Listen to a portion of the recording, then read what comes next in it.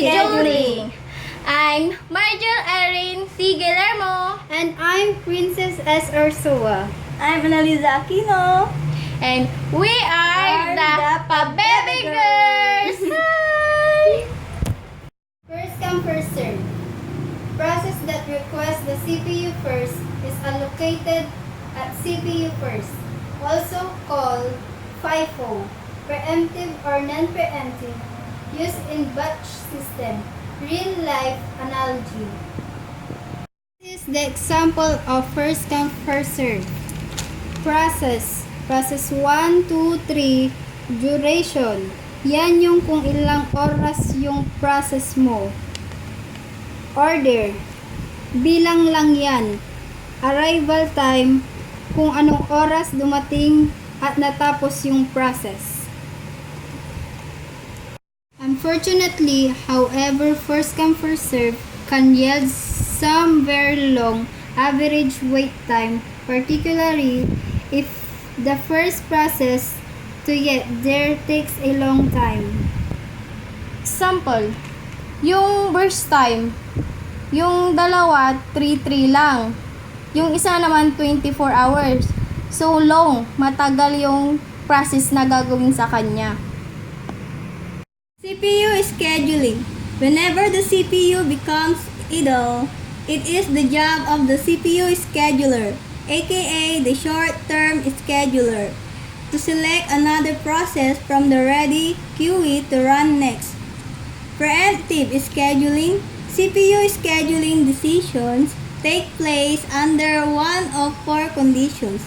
Number 1, when a process switches from the running state to the waiting state, such as an IO request or invocation of the wait system call.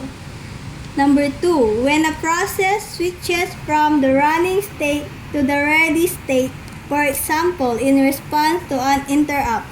Number 3, when a process switches from the waiting state to the ready state, say at completion of IO or a return from wait. Number 4, when a process terminates. Shortest job first. Schedule the job with the shortest duration time first. Use in batch system. Two types of shortest job first. Non-preempted and preempted. Requirement. The duration time needs to be known in advance, optimal, if all jobs are available. Simultaneously probable, give the best possible EWT or average waiting time. The idea behind the SGF algorithm is to pick the quickest little job that needs to be done. Get it out of the way first, and then pick the next smallest job to the next. For example, the Gantt chart below is based upon the following CPU burst times in the assumption that all jobs arrive at the same time. SGF can be either preemptive or non-preemptive. Preemptive occurs when a new process arrives in the ready queue that has a predictive burst time, shorter than the time remaining in the process whose burst is currently on the CPU. Preemptive SGF is sometimes referred to as shortest remaining time first scheduling. Comparing to FCFS or first come first serve, FGF is not always optimal kasi minsan pabago-bago din lahat. Preemptive shortest job first, also called shortest remaining time fixed. Schedule the job with the shortest remaining time required to complete. Requirement: the duration time needs to be known in advance. Shortest job first, preemptive and non-preemptive priority. Note that in practice, priorities are implemented using integers within a fixed range, but there is no agreed upon convention as to whether high priorities use large numbers or small numbers.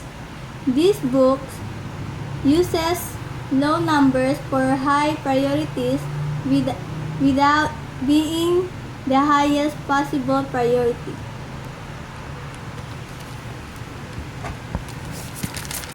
Preemptive and non-preemptive shortest job first. Same example. A problem with shortest job first. Starvation. In some scenarios, a job may wait forever.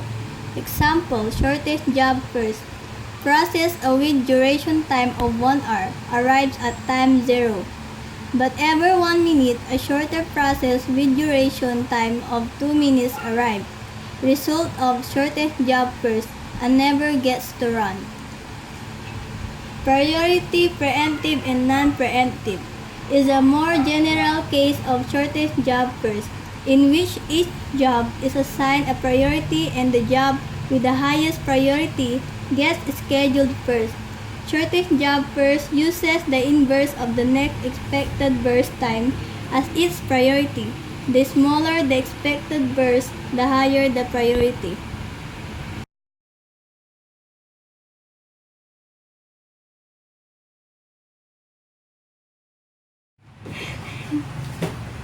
Kami ang pabebers. Wala kayong pakialam kung pabebe kami.